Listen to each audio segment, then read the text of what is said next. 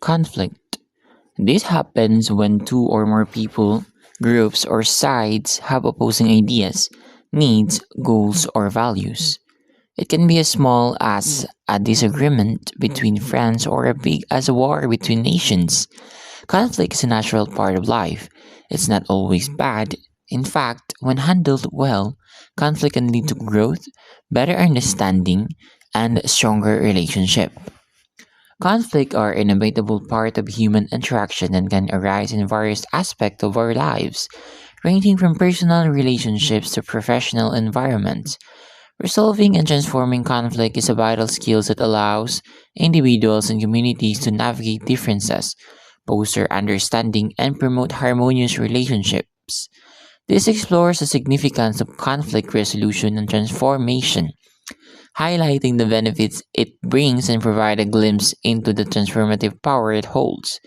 Conflicts arise due to divergent interest, perspective, values, or needs among individuals or groups. They can manifest as disagreement, disputes, or even deep-rooted societal tensions. While conflict can carry a navigated connections, they also present an opportunity for growth, learning, and positive change when approached with the right mindset and tools. So now moving on to the types of conflict. The interpersonal conflict, the interpersonal conflict, organizational conflict, and societal conflict. First, we have is the interpersonal conflict.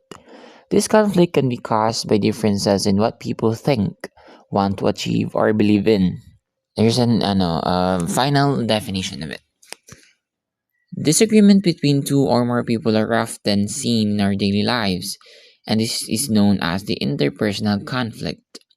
According to Hooker and Wilmot 2017, this conflict can be caused by differences in what people think, want to achieve, or believe in. For example, a disagreement might happen between two co-workers about how a project should be done. However, it should be remembered that such disagreement can result in discussions that help to find new solutions. It is through good communication and understanding that disagreements between people can be resolved. Now, moving on to intrapersonal conflict. Interpersonal conflict is an internal struggle within an individual over personal desires versus what one perceives is the right thing to do. This often happens when a person has two or more things they want, but they cannot have all of them. For example, a person might have two jobs that they love, but they can only choose one. This kind of conflict needs the person to think deeply and understand themselves to solve it. Sometimes, advice from people they trust can help them do the decisions or make a decision themselves. Next, we have is the organizational conflict. It occurs within struggle groups like workplaces or institutions. This can be caused by many things, such as when people do not understand each other. People's personalities do not match, expectations are not clear, or responsibilities are not clear. For example, a disagreement might happen between two departments in a company about how resources should be shared. Good leadership and clear communication are very important in managing and resolving this disagreement. Now, moving on to how we have is the last part of the conflict or the type of conflict, which is we have is the societal conflict. It is also known as the social conflict, where it involves struggles for power or resources in society, according to LibreText to 2021. This happens when different groups have beliefs, values, or interests that do not agree with each other. For example, societal conflict can happen when different groups have different political beliefs. To solve this conflict, people often need to talk and negotiate, and sometimes help from a third person who is not involved in the conflict is needed. So, good day, Ma'am Jasmine. I am Nerlinda Tulon, second reporter, and today I'll be talking about the causes of conflict, strategies and resolution, and how can we resolve them. Conflicts can arise from miscommunication, cultural differences, competition for resources, power struggle, and the personal differences and biases. Miscommunication, this when people fail to understand each other properly. Sometimes, dahil lang sa maling pagkakaintindi, nagkakaroon na ng hindi pagkakasunduan. Another cause is cultural differences, which happen when people have different beliefs, values, or traditions. Example of this is iba-iba tayo ng paniniwala at mga nakasanayan. Kaya minsan nagkakaroon ng clash or something na labanan. Ganun. Also, competition for resources. These where individuals or groups compete to get what they need. And power struggle. Power struggle can also happen when people or organizations fight for control or influences. And lastly, the personal differences and biases. Ito naman ay galing sa mga paniniwala at ugali na nakasanayan natin na minsan ay ito rin ang nagdudulot ng stereotype or prejudice. That's why we use conflict resolution strategies, which means finding a peaceful solution to disagreements. It's about solving problems respectfully and ensuring everyone involved feels heard and understood. So now let us proceed to the four common strategies, which are the collaborative problem solving, accommodating, avoiding, and competing. The first one is collaborative problem solving. This strategy means working together to find a solution that benefits both sides. Example is you have two classmates na nag-aaway about project ideas. So they discuss and combine both ideas to create a better one. The second one is accommodating. One person gives in to others' wishes to maintain peace. It's good for harmony but not always fair if it is overused. Example of this is, for instance, one friend agrees to watch a movie he doesn't like para lang hindi magtampo yung isa niyang kaibigan. And the third one is avoiding. This is when someone ignores or stays away from the conflict, especially if it is a small issue, pero risk ito siya, and the problem might get worse later. Example is like when a groupmate doesn't like the another's attitude pero pinili niyang manahimik para iwas sa gulo. And the last one is the competing. One person pushes their own wants or ideas.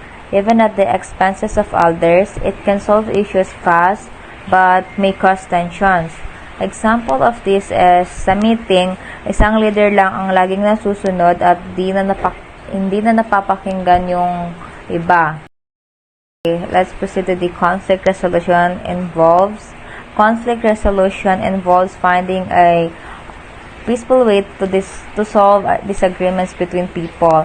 Para maging effective ito, kailangan nating matutong makinig, magsalita ng may respeto at hindihin ang pananaw ng iba. First one is listening actively, means paying full attention sa sinasabi ng ibang tao para maunawa natin ang problema. The next one is speaking respectfully. This ensures that we express our thoughts calmly and kindly. And then, understanding the other person's points of view. This help us see things from their perspectives. After that, finding a common ground, kung saan parehong panig ang makakakita ng agreement or compromise. And the lastly is agree on a solution that is fair and acceptable to everyone. So, in this way, conflict resolution doesn't just end the argument. It builds better communication and stronger relationships. So, conflict transformation strategies goes deeper than resolutions. It's not just about solving the problem. It's about changing the way people relate to each other and the root causes of the conflict. It aims to build peace, understanding, and long-term changes. So moving on, we have the conflict transformation focuses on healing relationship. So sometimes conflict is the one that causes a relationship to break, or sometimes parang nag-i-end na lang ng ganun-ganun na lang without any resolution. So for us to heal the relationship, we have to communicate to them. Gawin nating we have to lower our ego para lang ma-understand natin, ma-understand natin and magawa natin ng isang solution. So that's why the conflict transformation focuses on healing the relationship. Now moving on, we have the addressing injustice or inequality. So for conflict, it is really common na nangyayari ito because of we have the injustices or inequality na nangyayari dito, specifically sa Pilipinas, sa government natin, which is the way that they handle the people is much more different compare ang mga mayayaman is much more different compared to the mahihirap. So sabihin na lang natin they are kind of a privileged one kasi nga habol nila pera, of course.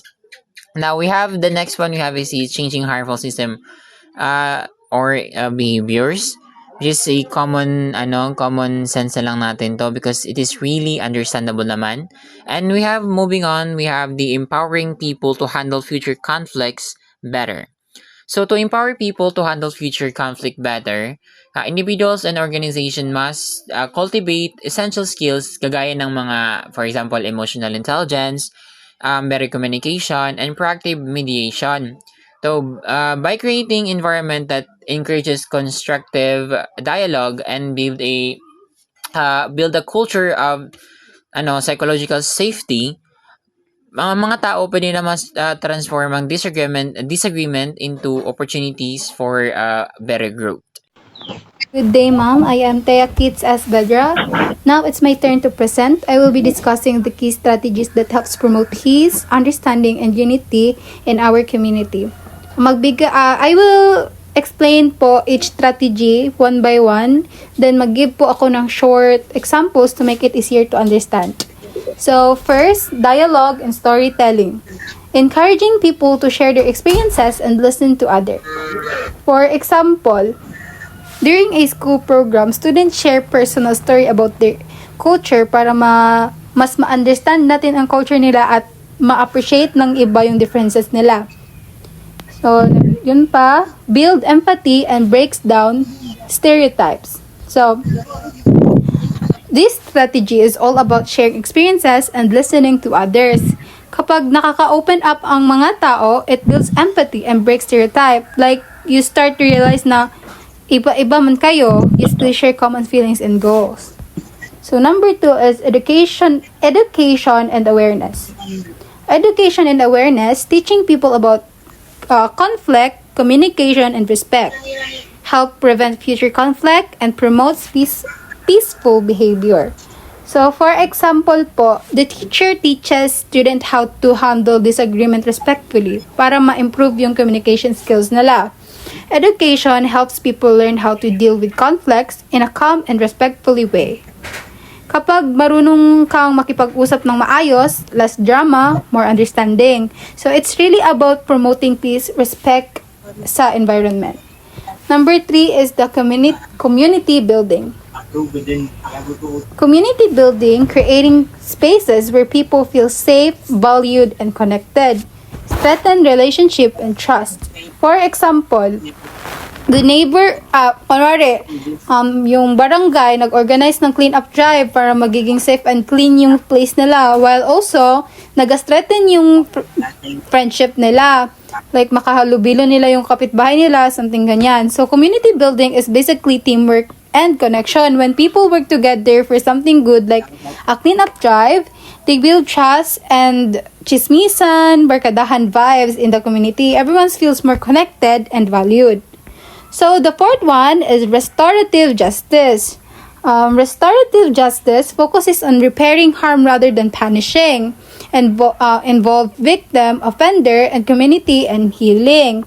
So, for example po, when a student damage school property, instead of being suspended, kausapin lang siya, hindi siya i-suspend, like, i-fix pa natin yung nasira, something ganyan. So, restorative justice focuses on healing, not punishment. So, instead of just saying na may mali ka, you're wrong, so, tulungan na lang, sayang, para ma-realize yung impact ng ginawa niya, and to make it right, it's more about learning, growth, and responsibility. So the last one is the empowerment.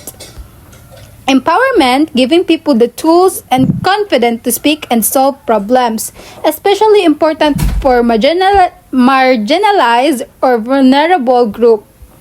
So, for example, a youth group trains members to speak up about community issues, giving them confidence to make positive changes.